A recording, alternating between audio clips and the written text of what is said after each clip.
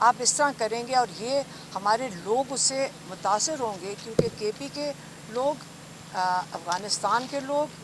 پاکستان کی حکومت، افغانستان کی حکومت، یہ 4 سٹیک ہولڈرز ہیں جن کو مل کے بیٹھنا ہوگا، اور جب تک یہ مل کے نہیں بیٹھیں گے تو آپ دہشت گردی بالکل کنٹرول نہیں کر سکتے۔ اور اگر عمران خان کہتے ہیں، میں خدشات کا اظہار کر رہا ہوں کہ جو آگے چل کے جو پیس کے لیے کام کرنا چاہیے، کیونکہ دہشت گردی مل کر ختم ہوتی ہے، تو اس کے اندر کیسے آپ کہہ سکتے ہیں کہ میرا جس کا تجربہ ہے پیس لانے کے، جب میرا وقت تھا سب سے زیادہ امن آیا تھا ہمارے علاقے میں، تو آپ کیسے کہہ سکتے ہیں کہ میں اس کے اوپر بات نہ کروں؟ یہ ان کا دوسرا جواب تھا۔ تیسرا انہوں نے کہا کہ آپ نے ایسی بات کی ہے کہ عاصم لاء کے بارے میں۔ عاصم لاء کیا چیز ہے؟ تو انہوں نے کہا عاصم لاء وہ یہ ہے کہ جب میں عدالت میں تھا ہائی کورٹ کے اندر، تو رینجرز نے مجھے ابڈکٹ کیا، اس کے بعد 9 مئی کا فالس فلیگ آپریشن ہوا، آپ نے پری پلان نہ ہوتا تو 10,000 لوگ آپ نے 24 گھنٹے میں کیسے گرفتار کر لیے، کیونکہ یہ پری پلان تھا۔ آپ نے جو سی سی ٹی وی فوٹیج تھی وہ غائب کر دی، اور اس کے بعد آپ نے پی ٹی آئی کے اندر جو چھوڑ کے جاتا تھا وہ کیس اس کے اوپر ختم ہو جاتے تھے، اور جو سارے چارجز تھے وہ سارے ڈراپ ہو جاتے تھے۔ تو اس کے بعد آپ نے پوری کوشش کی پی ٹی آئی کو ختم کرنے کی۔ اس کے بعد جب الیکشن کروائے، اس کے اندر آپ نے مینڈیٹ چوری کر کے انہی لوگوں کو دے دیا جن کے اوپر آئی ایس آئی مجھے فائلیں دکھاتی تھی کہ ان کی کتنی چوری ہے، انہی کو آپ نے پاکستان کے اوپر مسلط کر دیا، اور ان لوگوں کو، چوری شدہ مینڈیٹ والوں کو آپ نے ان کے تھرو 2/3 اکثریت کر کے، اور سب کو پتہ ہے کہ کیسے کیا، آپ نے 26ویں ترمیم لے کر آئے، اور اس کے تحت جو ججز تھے، جو ضمیر فروش ججز تھے، وہ آپ نے اوپر لا کر بٹھا دیے۔ جو کیسز اس وقت جنہوں نے جو انصاف، جو پاکستان کا جو امید تھی ہماری کہ انصاف ملے گا، وہ بھی ختم کر دیا۔ آپ نے جو الیکشن کمشنر تھا جس کے اوپر آرٹیکل 6 لگنا چاہیے، آپ نے اس کو آرٹیکل 6 لگانے کی بجائے آپ نے اس کو 9 مہینے کی ایکسٹینشن دے دی۔ تو یہ جو سارا کچھ تھا یہ عاصم لاء کے تحت ہو رہا ہے، کیونکہ یہ جو پاکستان کا آئین ہے اس کے مطابق یہ چیزیں نہیں ہو رہی، تو اس لیے انہوں نے کہا کہ میں نے کہا ہے کہ عاصم لاء کے تحت یہ سارا پاکستان اس وقت چل رہا ہے، اور اس کے اندر کوئی غلط بات نہیں ہے، اس کے اندر بالکل یہی حقائق ہیں جو آج کل نظر آ رہے ہیں۔ ہاں،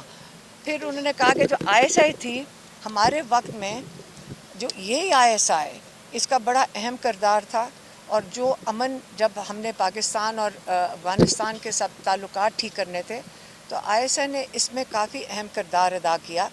لیکن اس وقت I S I P T I کو کرش کرنے کے لیے عاصم منیر کی پرسنل مافیا کی طرح کام کر رہی ہے، یہ بھی انہوں نے اس چیز کو برباد کی۔ اور 5واں کا یحییٰ خان، ہاں، پھر کہتے ایک اور سوال تھا کہ آپ نے یحییٰ خان کے اوپر بات کی کہ وہ عاصم منیر کی طرح، یا کچھ اس قسم کا سوال تھا، تو عمران خان نے کہا دیکھیں، مجیب الرحمان کی جب بات ہوئی تھی تو اس وقت یہ میں نہیں کہہ رہا، یہ میں حمود الرحمان کمیشن رپورٹ سارے پڑھ سکتے ہیں، سارے پڑھ کے دیکھ لیں، میں اس کو کوٹ کر رہا ہوں۔ انہوں نے کہا کہ مجیب الرحمان کو ایسٹ پاکستان میں 162 سیٹوں میں سے 160 سیٹیں ملی تھیں، لیکن آپ اس کو حکومت دینے کو تیار نہیں تھے۔ وہ کہتے ہیں کہ 1970 کے سب سے فیئر اینڈ فری الیکشن ہوئے تھے پاکستان کی تاریخ میں،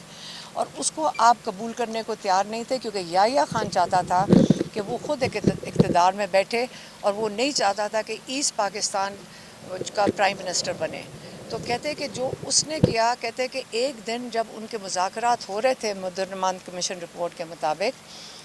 ایک دن مذاکرات کر رہے تھے مجیب الرحمان کے ساتھ، اور اگلے دن وہاں پہ ایسٹ پاکستان میں انہوں نے آپریشن شروع کر دیا۔ تو اس لیے اگر ان کی نیت امن کی تھی تو ان کو یہ تو نہیں کہ وہاں پہ آپریشن شروع کر دو، تو انہوں نے بھی حمود الرحمان کمیشن رپورٹ کے مطابق اپنے اقتدار، اگلے 10 سال کا اقتدار جو دیکھ رہے تھے، یہ اس کے لیے کیا۔ اور میں اس لیے وہ کہہ رہے ہیں کہ میں کہہ رہا ہوں کہ آج کل بالکل وہی حالات ہیں جس طرح عمران خان کو پولیٹیکل وکٹمائزیشن کے تحت جیل میں رکھا ہوا ہے، اور آپ چاہ رہے ہیں کہ آپ اپنا اقتدار مضبوط کرنے کے لیے اور آگے کے لیے آپ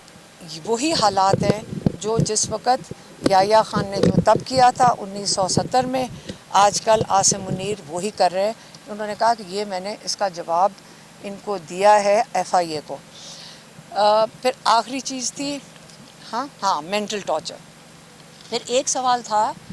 FIA کا کہ آپ یہ کیوں کہتے ہیں کہ مینٹل ٹارچر ہوا؟ انہوں نے کہا 4 اکتوبر سے 3 ہفتے کے لیے جو مجھے ایک کمرے میں جو سیل تھا اس کے اندر بند کیا،